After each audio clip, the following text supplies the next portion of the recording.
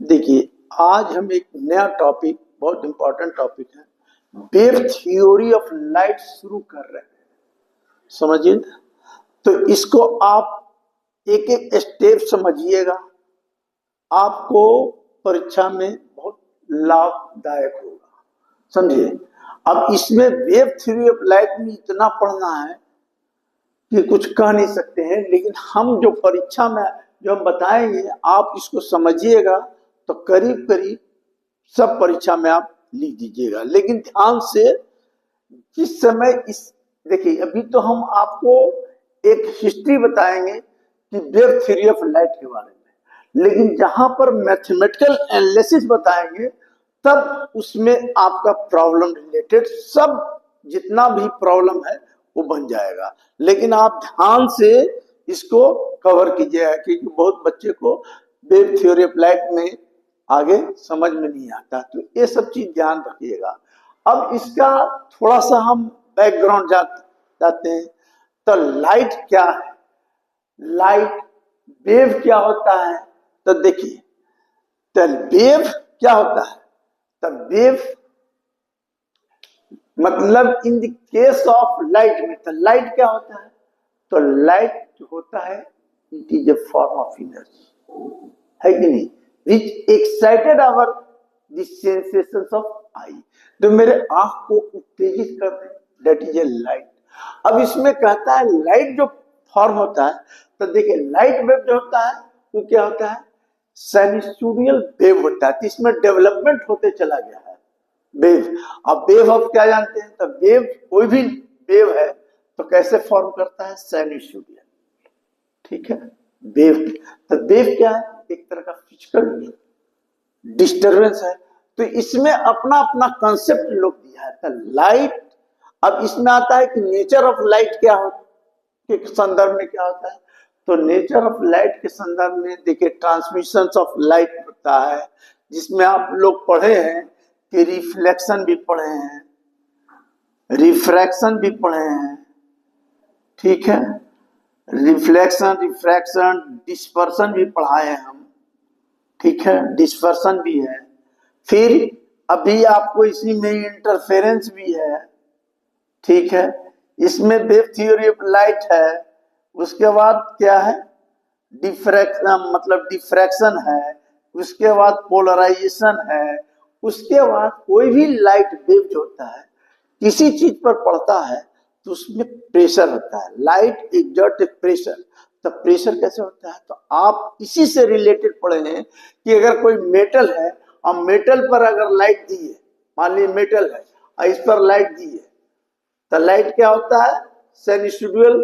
तो आप इस केस में हम चले आइए बैक टू बहुत मॉडर्न फिजिक्स में, तो उसको हम लोग फोटो इलेक्ट्रिक इफेक्ट बोले हैं कि whenever a light is given to the metallic surface it get excited. Due to excitations of metal, the metal contains a free electron in the outermost orbit and these electrons are ejected from the metallic surface. तो उसको हम लोग क्या बोले, thermionic emission, है ना। अगर मान लिए थर्मोनिक हीट करने के बाद अगर कोई मेटल क्या होगा, हीट करने के बाद क्या होगा, मतलब उसका इलेक्ट्रॉन जो बॉडी पर फ्री रहेगा, मतलब मेटल में फ्री इलेक्ट्रॉन होता है, एक साइड कर जाएगा। तो इस सब तो हो गया थर्मोनिक। अच्छा, फोटो इलेक्ट्रिक में क्या बताए थे कि फोटो इलेक्ट्रिक में भी लाइट देते हैं किसी, तो उसमें फ्री इलेक्ट्रॉन्स आता है, तो वर्क फंक्शन बताए थे आपको। तो ये सब लाइट का फिनोमिना है। तो ये चीज है। अब इसमें सबसे पहले डेवलपमेंट क्या आया, तो सबसे पहले लाइट, देखिए लाइट हम बताए कि लाइट फॉर्म ऑफ एनर्जी, समझिए। तो न्यूटन ने आया, सबसे पहले न्यूटन ने बोला। वो बोलता है क्या कि न्यूटन ने पहला थ्योरी दिया है, न्यूटन कॉर्पस्कुलर थ्योरी, याद रखिएगा। इसमें दो चार वो पॉइंट खाली दिमाग में बैठा दीजिएगा। इसने क्या बोला, इसने बोला क्या कि लाइट जो होता है, माने सोर्स ऑफ लाइट जो होता है, मतलब consist of A innumerable, innumerable का मतलब it can not be counted, innumerable stable light रहता है, इनविजिबल रहता है, जो इमिटेड फ्रॉम सोर्स, माने अगर कोई सोर्स से लाइट निकल रहा है तो इनमरेबल, इनमरेबल का मतलब it can not be counted. Stable light रहता है, इनविजिबल पार्टिकल रहता है, तो उसको हम लोग बोलते हैं कॉर्पसल्स। कॉर्पसल्स जो निकलता है, तो ये आप देखेंगे कैसे भाई, कहते हैं कि इनमरेबल रहता है। तो आप पुराने घर वगैरह में देखे होंगे कि टाइल्स वाला जो रूम रहता है, अगर उसमें क्या होता है, एक आध वो होल, और उससे जो लाइट आएगा, और होल में तो देखेंगे छोटे छोटे छोटे छोटे छोटे छोटे स्पेरिकल ऐसे ऐसे रहता है, तो क्या हो गया, इनमरेबल, इनमरेबल पार्टिकल्स हो गया। तो वही बोल रहा है कि इनमरेबल स्टेबल लाइट रहता है, इनविजिबल रहता है, समझे, उसको हम लोग बोलते हैं कॉर्पसल्स। अब रही सवाल कि व्हाइट लाइट आ रहा है, तो व्हाइट लाइट में क्या है, 7 कलर है, और 7 कलर है तो हर कलर का साइज अलग होता है, जो कि हम पिछले क्लास में भी बताए हैं। मतलब तो ये दिया दूसरा इंजम्पशन। तीसरा बोलता है कि अगर corpuscles fall on retina of the eye, हमारे आंख पर रेटिना पर पड़ेगा, तब the object begin to seen, तब हमको ऑब्जेक्ट दिखाई देगा, कॉर्पसल्स, समझे, ये बता दिया।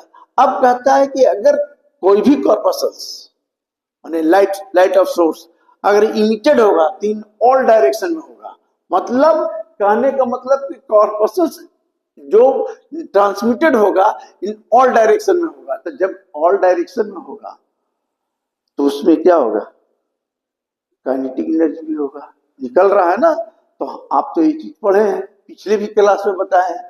अब कहता है इसने एक चीज बोल दिया क्या, और कहता है कि लाइट, एक लाइट दूसरे लाइट से कंबाइंड होगा तो क्या होगा, प्रोड्यूस डार्कनेस, तो डार्कनेस होगा, उसी को वो इंटरफेरेंस बोल दिया। किसने बोला, न्यूटन्स ने बोला। न्यूटन्स ने बोला कि एक लाइट दूसरे लाइट से कंबाइंड करेगा तो डार्कनेस हो जाएगा, दैट इज ए इंटरफेरेंस।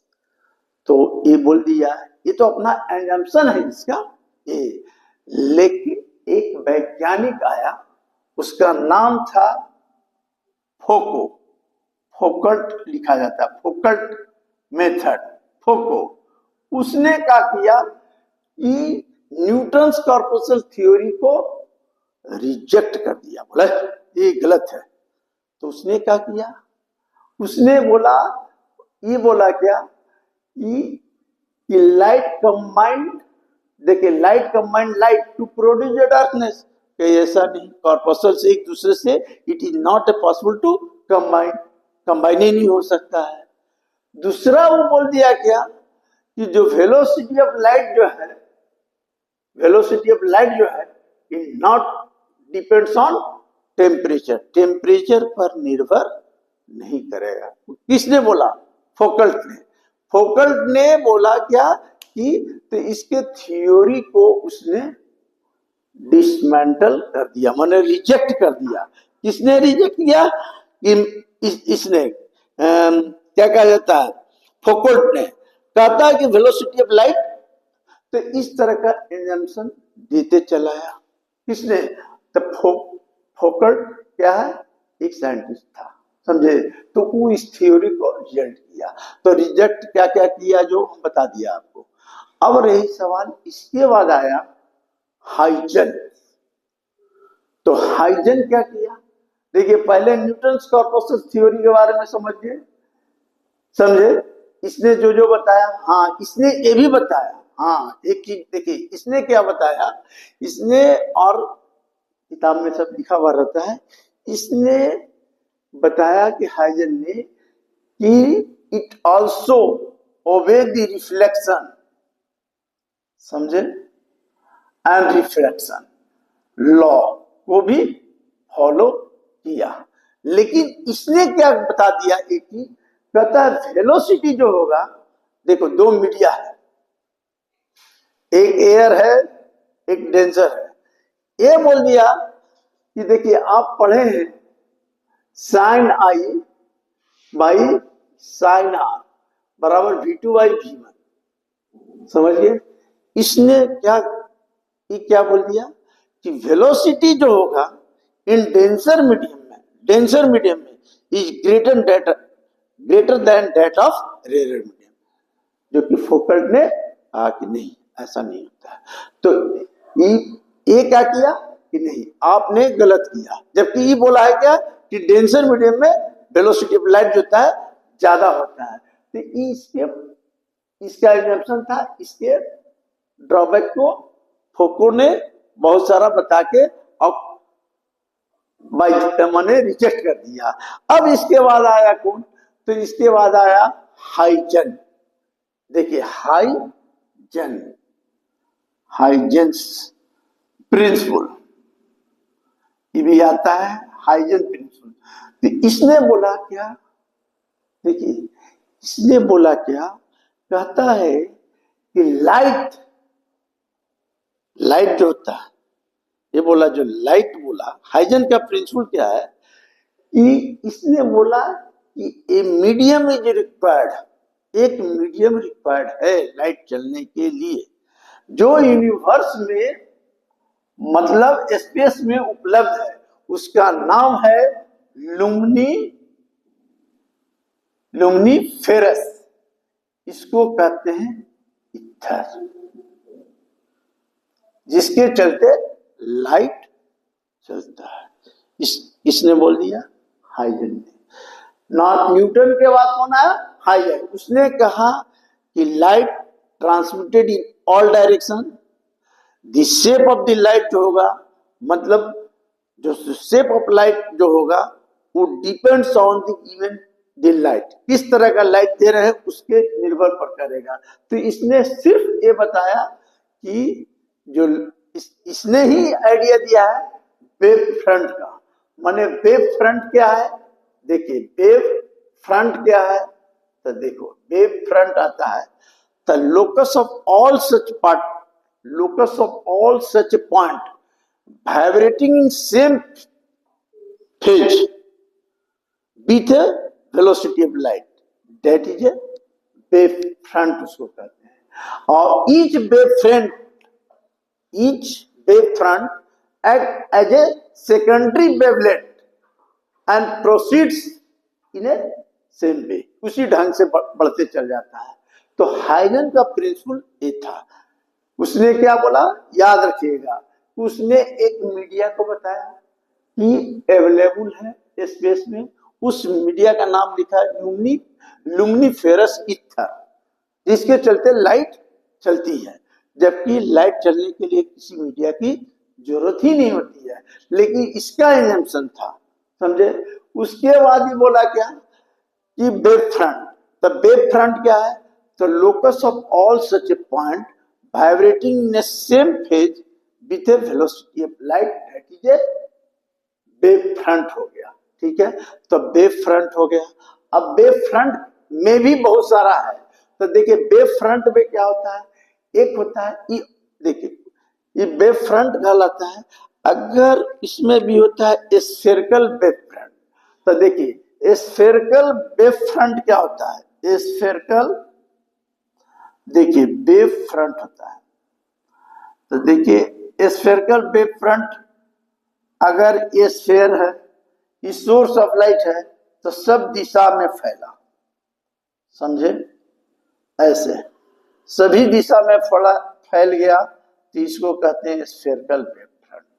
ठीक है, एक होता है कन्वर्जिंग वेव फ्रंट। तो कन्वर्जिंग का मतलब क्या होता है, कन्वर्जिंग का वेव फ्रंट का मतलब होता है कि देखिए यहां से रे ऑफ लाइट गया और यहां से रे ऑफ लाइट गया, कन्वर्ज कर गया एक पॉइंट पर, समझे, ऐसे लाइट वेव जा रही है ना, तो वेव को कैसे दिखाओगे, ऐसे दिखाओगे, तो हम पूरा नहीं दिखा के थोड़ा थोड़ा दिखाएं, तो कन्वर्ज किया, तो एक कन्वर्जिंग वेव फ्रंट हो गया।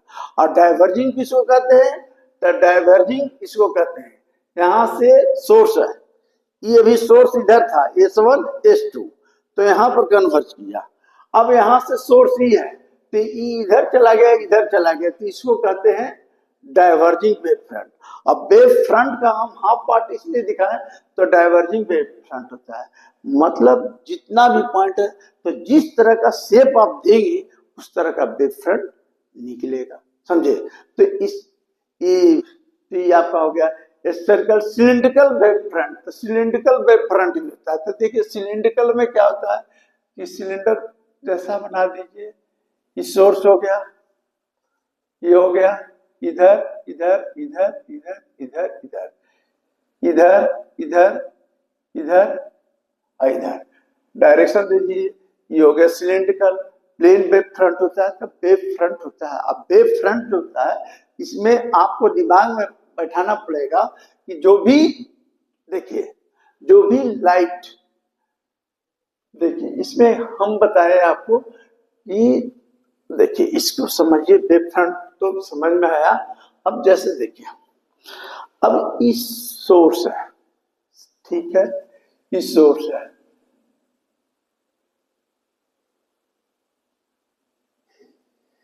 ये S1 है, ये S2 है, स्लिट है, तो ये स्क्रीन है, ये स्क्रीन है, ठीक है।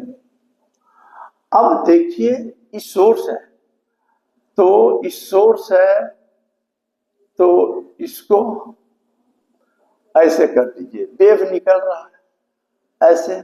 हम पूरा वेव का फॉर्म ऐसे नहीं दिखा सकते हैं, समझे, निकलता है इसी फॉर्म में।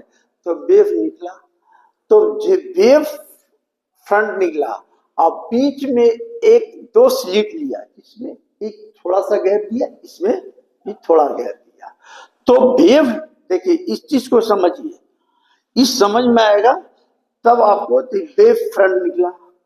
तो एक क्या है, प्राइमरी, ठीक है। यहां पर जब आया तो यहां से भी वेव निकलना शुरू हुआ, ठीक है।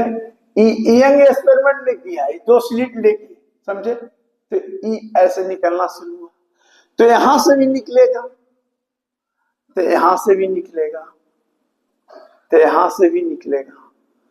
यंग ने किया है, समझे, यंग एक्सपेरिमेंट 1801 में। तो ये वेव, ये हम इतने दिखाए हैं, इसको और बड़ा बड़ा भी दिखा सकते हैं। तो क्या होता है कि ये देखिए इसको बढ़ा दिए, तो कहीं कहीं पर इसको और बढ़ा दिए, इसको बढ़ा दिए, समझे, इसको बढ़ा दिए, इसको भी बढ़ा दिए, समझे, ऐसे बढ़ा दिए। तो क्या होता है, तो देखा क्या कि कौन देखा है, यंग एक्सपेरिमेंट में, यंग्स एक्सपेरिमेंट 1801 में देखा है शायद। इसने एक्सपेरिमेंट किया कि एक सोर्स लिया, इसमें दो स्लिट रखा, they are separated by distance d, कुछ भी होगा इसी पर हिसाब बनेगा फ्रीज का, ये कॉन्सेप्ट। तो यहां से वेव निकला, तो जो वेव निकला, समझे, वेव फ्रंट में निकला, इस पॉइंट पर आया, तो ये क्या हो जाए, ये क्या करेगा, ये जितने भी आगे वाले हैं इस सबको इंस्टिगेट क्योंकि करते चला जाएगा, तो यहां पर सेकेंडरी हो जाएगा। तो यहां से वेव निकला, यहां से वेव निकला, तो वेव जो निकलेगा, हर वेव जो निकलेगा यहां से इस फॉर्म में रहेगा, इस फॉर्म में रहेगा। तो due to non uniform of distribution of energy, मतलब due to non uniform of distribution of energy,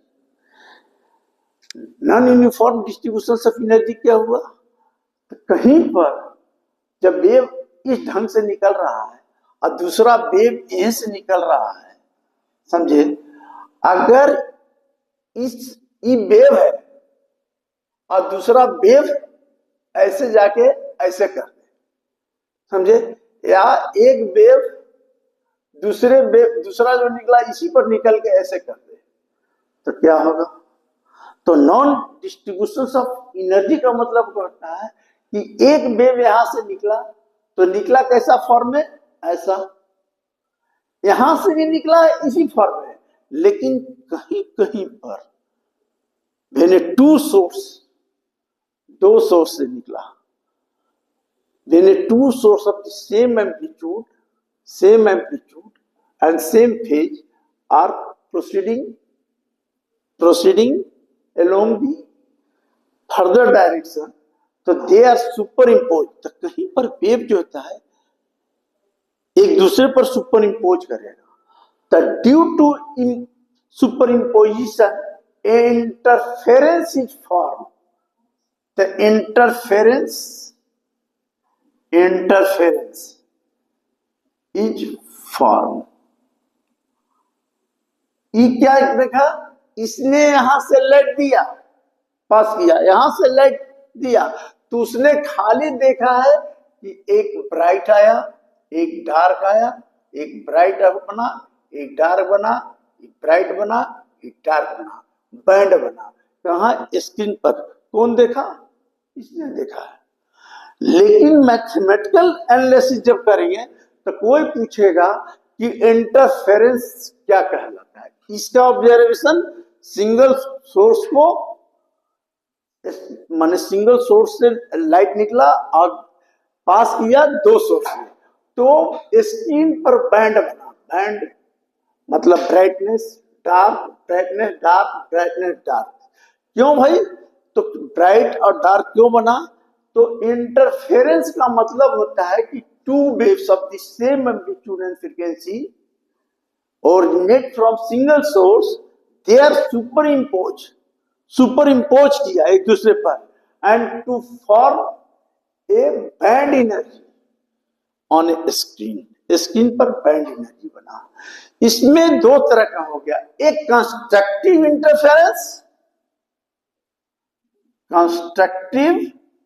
interference और एक डिस्ट्रक्टिव इंटरफेरेंस। अभी दोनों में क्या हुआ भाई, तो वेव गया, तो वेव का अगर एक का क्रेस्ट, ये क्रेस्ट कहलाता है, और एक क्या कहलाता है, ट्रफ। इसका क्रेस्ट, इसका ट्रफ। अगर इसके क्रेस्ट माने यहां से गया, इसके क्रेस्ट से मिल गया, तो automatic intensity will be maximum. Interference is mainly depends upon the intensity. हम पहले बोले हैं due to non information, non distribution of energy के चलते ब्राइट कहां बना, जहां इसके क्रेस्ट से मिल गया, जिसका इसका क्रेस्ट इसका ट्रफ से मिल गया, तो वहां डार्क बना। समझे, तो इस ढंग से, तो जहां एक का क्रेस्ट दूसरे के क्रेस्ट से मिला, वहां पर ब्राइट फ्रिंज बना, इसको कहते हैं फ्रिंज। तो ब्राइट फ्रिंज बना, तो उसको कहते हैं कंस्ट्रक्टिव इंटरफेरेंस। और जिसका एक का क्रेस्ट दूसरे से ट्रफ से मिल गया, तो वहां पर डार्क बना, तो इसको बोलते हैं डार्क। अब रही इस डिस्ट्रक्टिव इंटरफेरेंस। अब इसका है मैथमेटिकल एनालिसिस। अब कहता है कि देखो मैथमेटिकल में जब मैथमेटिकल कैलकुलेशन हम करेंगे इसका, तब उसमें आपको बताएंगे कि आता है फ्रिंज विड्थ, जिसका है बीटा हम लोग बोलते हैं, इस पर लेम्डा डी बाई डी क्या है स्क्रीन, तो उसको बताएंगे। वो तो हम बताएंगे मैथमेटिकल एनालिसिस में पूरा। अभी हम जो बता रहे हैं कि देखिए, कोई पूछेगा फ्रिंज विड्थ क्या होता है, तो याद रखिएगा distance between two consecutive bright या डार्क, वो हम लोग बोलते हैं फ्रिंज विड्थ। माने ये दोनों के बीच जो डिफरेंस आएगा, फ्रिंज विड्थ, डिस्टेंस जो होगा बिटवीन टू कंसेक्यूटिव या डिस्टेंस बिटवीन टू डार्क, तो उसको हम लोग बोलते हैं फ्रिंज विड्थ। मैथमेटिकल कैलकुलेशन जब करेंगे ना, तो फार्मूला भी डेवलप हो जाएगा। अब तो ये आपको आ गया कि यंग ने क्या कहा, यंग ने यही कहा था कि एक सोर्स लिया ही। अब इसमें आता है क्या कि आपको ये चीज जानना बहुत जरूरी है। अभी देखिए, इसमें होता है कि एक होता है फेज, एक होता है पाथ डिफरेंस। समझे, तो फेज डिफरेंस कितना होता है और पाथ डिफरेंस क्या होता है। तो देखो इसमें भी, अगर देखिए इसमें हम आपको बताते हैं, देखिए